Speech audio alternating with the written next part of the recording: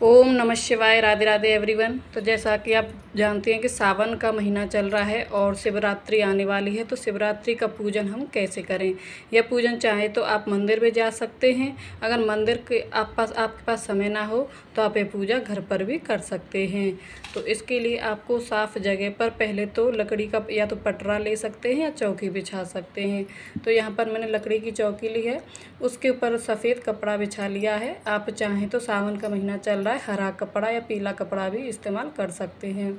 उसके बाद मैंने सबसे पहले फूलों का आसन दिया है और शिव परिवार की फ़ोटो जो है विराजमान कर ली है। शिव पार्वती की फ़ोटो आपके घर में हो उसको आप रख सकते हैं। फिर फूलों का आसन देकर मैंने सबसे पहले दीप को प्रज्वलित किया है और थोड़ा सा जल और फूल और अक्षत लेकर मैंने व्रत का संकल्प लिया है, पूजा का संकल्प लिया है। इस तरीके से फिर सबसे पहले मैं कराऊंगी महादेव को स्नान। तो देखिए, आपको जो है पूजा करें तो आपका मुख पूरब की तरफ हो और जो शिवलिंग की जलहरी का मुख है वो जो है उत्तर की तरफ होना चाहिए।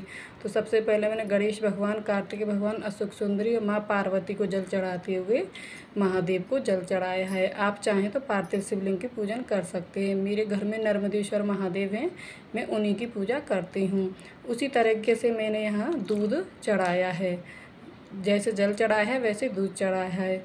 आप चाहें तो पंचामृत भी चढ़ा सकते हैं। नहीं तो गाय का जो दूध है वो सबसे उत्तम रहता है, सभी सुखों की प्राप्ति करता है। आपकी जो कुछ मन में कामना हो उस हिसाब से आप जो है सामग्री चढ़ा सकते हैं। तो यहाँ फिर मैंने दूध चढ़ाने के बाद जो है जल से दोबारा अभिषेक करा दिया है।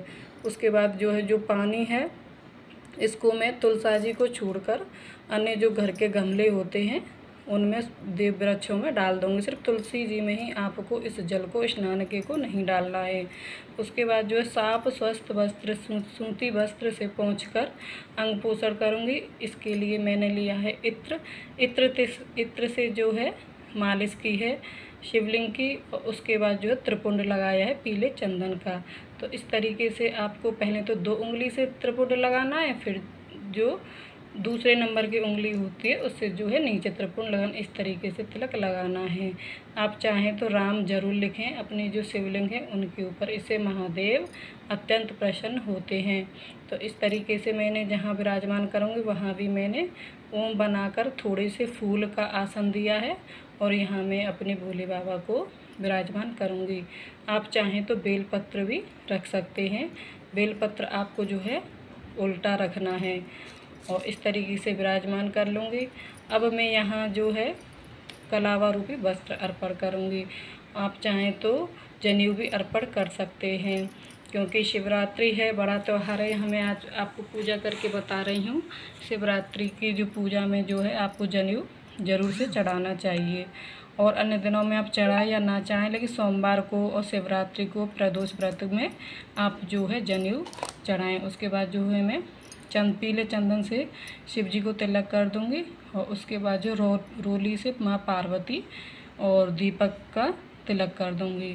थोड़े से चावल मैं भोले बाबा को चढ़ाऊंगी और फिर जो है दीपक में चढ़ाऊंगी। दीपक का पूजन जरूर करना चाहिए। उसके बाद जो है कलावा रूपी वस्त्र में शिव पार्वती माँ को जो है अर्पित करूंगी। इस तरीके से आप अर्पित कर सकते हैं। आप चाहें तो माता गौरा को वो चुनरी भी चढ़ा सकते हैं। तो इस तरीके से जो है पूजा करते हैं। फिर जो है फूल चढ़ाएंगे। आपके पास पीले कनेर के फूल हों या फिर धतूरे के फूल हों तो आप जो है सफ़ेद फूल मिल जाएं तो और अति उत्तम है, आप चढ़ा सकते हैं। अगर ना मिले तो आपके पास जो उपलब्ध हो सके वही आप चढ़ा सकते हैं, क्योंकि भगवान तो बाहर के भूखे होते हैं। आप सच्चे मन से श्रद्धा से जो कुछ उन्हें अर्पण करेंगे वो तो उसी से खुश हो जाएंगे। बस आपका मन साफ होना चाहिए और कर्म अच्छे होने चाहिए। यहाँ मैंने जो है चावल चढ़ा दिए हैं, तिल चढ़ा दिए हैं, साबुत मूंग की दाल भी चढ़ा सकते हैं और जो है सप्त अनाज भी चढ़ा सकते हैं। और अब मैं चढ़ाऊँगी बेलपत्र। बेलपत्र चढ़ाते समय जो डंडी होती है ना उसको आपको तोड़ लेना है और फिर आप चंदन से या तो तिलक कर सकते हैं या राम लिख सकते हैं या 108 बिंदी जो है लगाकर शिव जी को अर्पण कर सकते हैं। जब आप शिवलिंग पर बेलपत्र चढ़ाएं तो डंडी का मुख जो है वो जलेरी की तरफ होना चाहिए। अब मैं चढ़ाऊँगी धतूरा। धतूरा आपको ज़रूर मिल जाए तो आप इसको ज़रूर ही शिव जी की पूजा में कल जो है शिवरात्रि को करना अर्पण। इससे महादेव जो है सभी दुखों को अंत कर देते हैं। इसके बाद चढ़ाऊँगी मैं फल। आप फल में कुछ भी चढ़ा सकते हैं, या केला भी चढ़ा सकते हैं, अनार भी चढ़ा सकते हैं, आम भी चढ़ा सकते हैं, जो कुछ उपलब्ध हो है चढ़ा सकते हैं। दूध से बनी हुई मिठाई भी चढ़ा सकते हैं।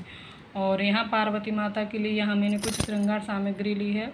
आप ज़्यादा ना हो सके तो थोड़ा ही बहुत 2 या 5 सामग्री जो है माँ पार्वती को ज़रूर अर्पण करें, जिससे कि आपके सौभाग्य में और सुहाग को माता रानी बनाए रखेंगी और आपकी सभी मनोकामना जो है पूरी करेंगी।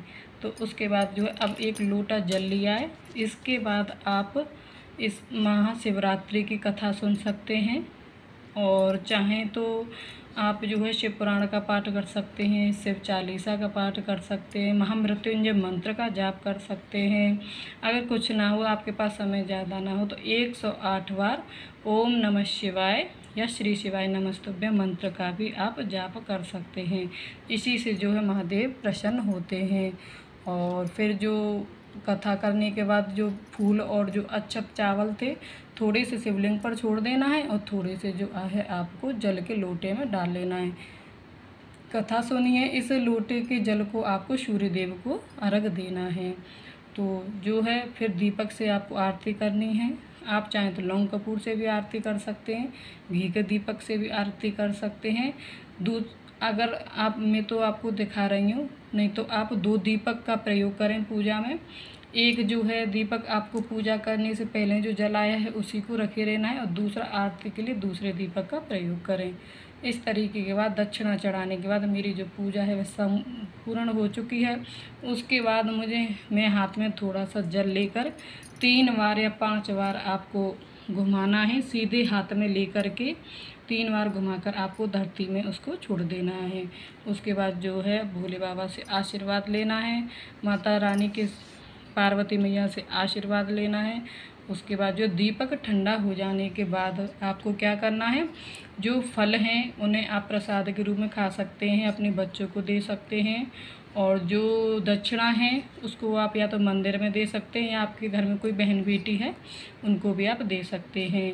और जो सुहाग की सामग्री है इसे आप या किसी बहन बेटी को दान कर सकते हैं, या फिर खुद भी इस्तेमाल इसको कर सकते हैं। और जो शिवलिंग हैं मेरे यहाँ तो नर्मदेश्वर महादेव हैं, तो इनको मैं मंदिर में रख दूँगी। और अगर आप पार्थिव शिवलिंग का पूजन कर रहे हैं तो उन्हें जो है आप दीपक ठंडा होने के बाद किसी भी गमले में विसर्जित कर सकते हैं। और जो सामग्री है उसको भी वहीं पर छोड़ दें, पौधों में आसानी से गल जाएगी। इस तरीके से आप ये पूजा सुबह भी कर सकते हैं, पूरे दिन में भी आप कभी भी पूजा कर सकते हैं, क्योंकि ये तो वैसे आप प्रदोष काल में आप इस पूजन को करते हैं तो इसका महत्व आपको ज़्यादा ही मिलेगा। हो सके तो आप शाम को भी इस प्रदोष काल में इस पूजन को कर सकते हैं। अगर सुबह टाइम मिल जाए तो भी कर सकते हैं, पूरा दिन आप जो चाहें कभी भी कर सकते हैं। तो इस तरीके से आपको सरल विधि से शिवरात्रि के दिन पूजन विधि करनी है। और अगर आपको मेरी वीडियो और जानकारी अच्छी लगी हो तो मेरे चैनल को अभी तक आपने सब्सक्राइब नहीं किया तो सब्सक्राइब कर लें, बेल आइकन को प्रेस कर दें ताकि आने वाली वीडियो की नोटिफिकेशन जो है आपको मिल सके। और कमेंट में हर हर महादेव श्री शिवाय नमस्तुभ्यं जरूर लिखें। महादेव बाबा आपकी सभी मनोकामनाएं पूर्ण करें, सभी सुहागिनों के पतियों की लंबी उम्र करें। अगर कुंवारी कन्या इस व्रत को इस पूजा विधि को करती हैं तो उनको घर वर की प्राप्ति हो, अच्छे घर वर की प्राप्ति हो। शिव शंकर माँ पार्वती आप सभी पर अपनी कृपा ऐसे ही बनाए रखें। तो ओम नमः